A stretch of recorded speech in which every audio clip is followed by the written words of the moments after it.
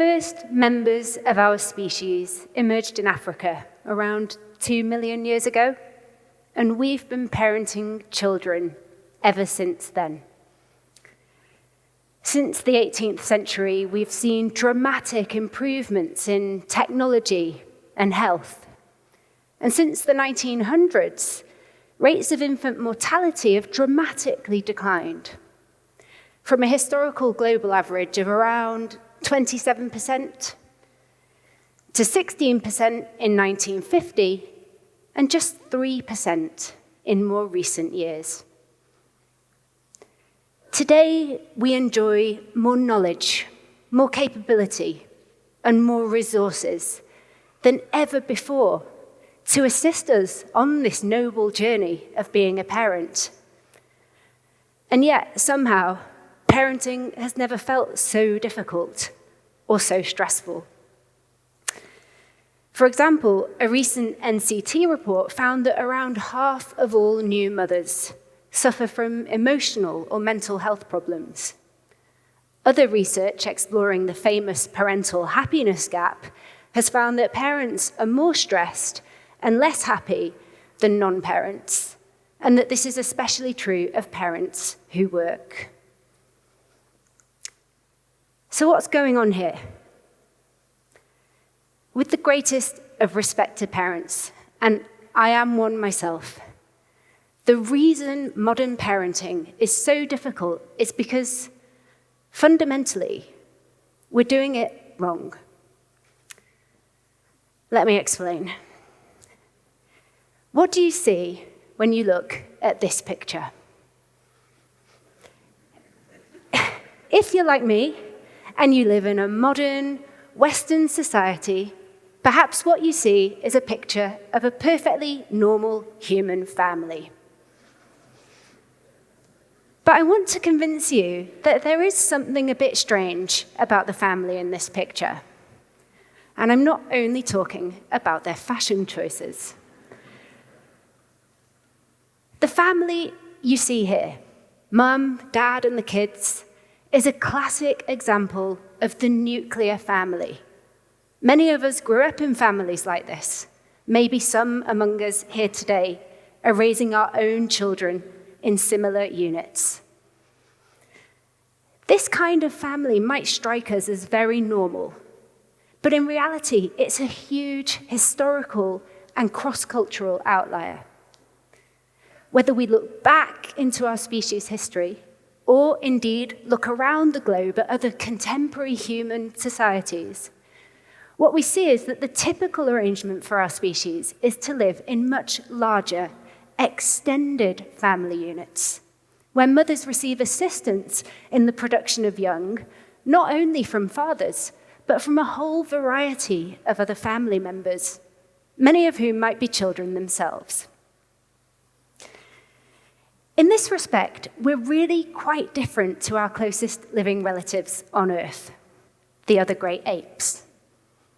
So in the other great ape species, there's no special notion of family. Infants are reared more or less exclusively by their mothers, and the mother receives very little input from any other family member, including the infant's father. In fact, in some ways, we have more in common with the species here than we do with our closest living relatives. All the species on this slide are what's known as cooperative breeders. Cooperative breeding is when individuals live in extended family units and they work together to raise young. So the meerkats, probably quite familiar to most people, live in large groups and they work together to raise pups. Helpers will babysit pups at the burrow. They'll allolactate for them, produce milk for pups that are not their own, and they'll even teach them how to hunt. In ant societies, we know that workers perform a variety of roles aimed at increasing the colony's reproductive success. Things like foraging and tending to the brood and repelling predators from the nest. Cooperative breeding evolves in difficult, harsh environments where it's tough for a single individual or even a breeding pair to raise young on their own.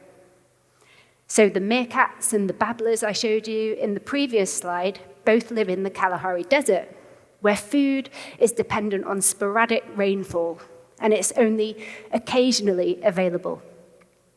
Many of the other cooperatively breeding species on this planet also inhabit some of the most inhospitable regions. By joining forces and forming these extended family units, cooperative breeders have the chance to become part of something bigger, something more robust, and something more resilient. Cooperation is a risk reduction strategy that evolved to deal with life in a turbulent world. And that can help to explain why we are also cooperative breeders. Although many of us now live in modern industrialized societies where everything we need is at our fingertips, the reality is that this transition to modernity has happened in the blink of an evolutionary eye. Our species has spent the vast majority of its time on Earth eking out an existence in some of the planet's most difficult regions. Places where food was hard to come by, where it had to be searched for, scavenged, or killed, and where we also had to avoid being searched for, scavenged, or killed by all the predators that were roaming around. To survive and to raise our offspring, we needed to work together. We needed to cooperate. And cooperation was a prerequisite for survival for us in a way that it just isn't for the other great ape species. When we look at the kinds of environments that the contemporary great apes live in, we see that they tend to be found in relatively benign, stable habitats, essentially giant salad bowls, where mothers can very easily find all the food they need to support themselves and any dependent infants.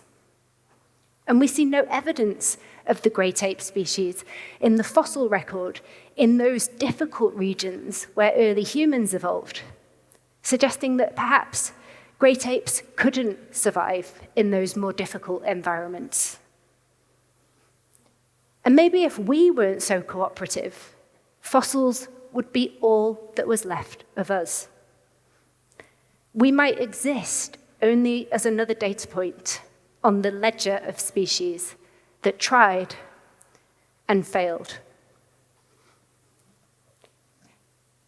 In some cooperatively breeding species, some individuals make the ultimate sacrifice for their family by developing into permanently sterile morphs. This is most famously seen in societies of social insects, so ants and wasps and bees, where we know that an individual's developmental trajectory depends on the food they receive at the larval stage. So in honeybees, for example, we know that a larva who receives royal jelly will develop into a reproductive queen, whereas a larvae who's fed a lower quality diet of bee bread will develop into a sterile worker. The existence of these non-reproductive individuals is an evolutionary puzzle, indeed one that was even acknowledged by Darwin himself as the one special difficulty to his theory of evolution by natural selection. But we now know that we can reconcile the existence of these non-breeding individuals by appreciating that they confer benefits onto their relatives with whom they share genes. It might come as a bit of a surprise to learn that we also have sterile worker morphs in our societies, although we don't typically call them that. Instead, we call them grandmothers. The existence of grandmothers and the fact that females undergo a stark physiological transition in midlife from fertility to infertility is a puzzle that only makes sense when we consider how that transition benefits her relatives. Rather than breeding alongside her daughters and potentially competing for scarce resources, evolution has favoured females undergoing this physiological transition and instead directing their investments towards helping the next generation. Historical data from non-industrialized societies shows that the very rare presence of two females breeding concurrently is associated with reduced survival of all the children, whereas the presence of post-reproductive, helpful grandmothers is associated with increased survival of their grandchildren and increased fertility of their daughters. This extreme reliance on one another, the fact that we've evolved to need and to expect help with raising our offspring, can help to explain why so many of us found pandemic parenting so difficult. In traditional human societies, the support that mothers need in raising offspring comes from the extended family. In modern societies, where families are typically smaller, we have to some extent outsourced that support to other caregivers, to people like teachers and babysitters and nannies. When all of that support from family members, from schools, from nurseries, was cut off, many of us struggled. I struggled. We saw worrying increases in the rates of postnatal depression among new mothers, and many parents reported increasing symptoms of anxiety and stress and depression, particularly parents living in single-parent households or where they had children with special educational needs. Many of us felt guilty that we weren't enjoying this newfound quality time with our children as much as we felt we ought to. But the reality is, we're not designed to parent in this way. Evolution left us spectacularly ill-equipped to deal with parenting in isolation.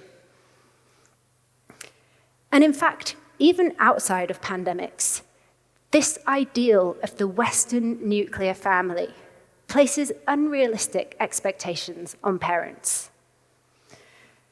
The ideal of the Western nuclear family is predicated on the assumption of a male breadwinner and a female homemaker. And this idea came to prominence in the wake of the Industrial Revolution, when improvements in agricultural productivity and industrialization made it feasible for a single individual to provide for a family, and for that family to become increasingly independent. The idea was then culturally entrenched by the views of the middle classes, often white men, many of whom were academics, who even as recently as 1980 decried the existence of a house with a working mother and a house husband as a deviant division of labor. This ideal of the nuclear family also spawned research into things like attachment theory and child development. Research which concludes that the primary and perhaps exclusive caregiver to children should be the mother, and that by outsourcing that care to other individuals, you might be doing your children irrevocable psychological harm. These assumptions are damaging, not only to children, but to parents, and especially to mothers. These assumptions tell us that we ought to feel happy and fulfilled, even when, as one recent report found, many mothers spend up to 8 hours a day on their own with their children. These assumptions tell us we should feel guilty if we send our children to daycare in order to go to work or pursue our own interests.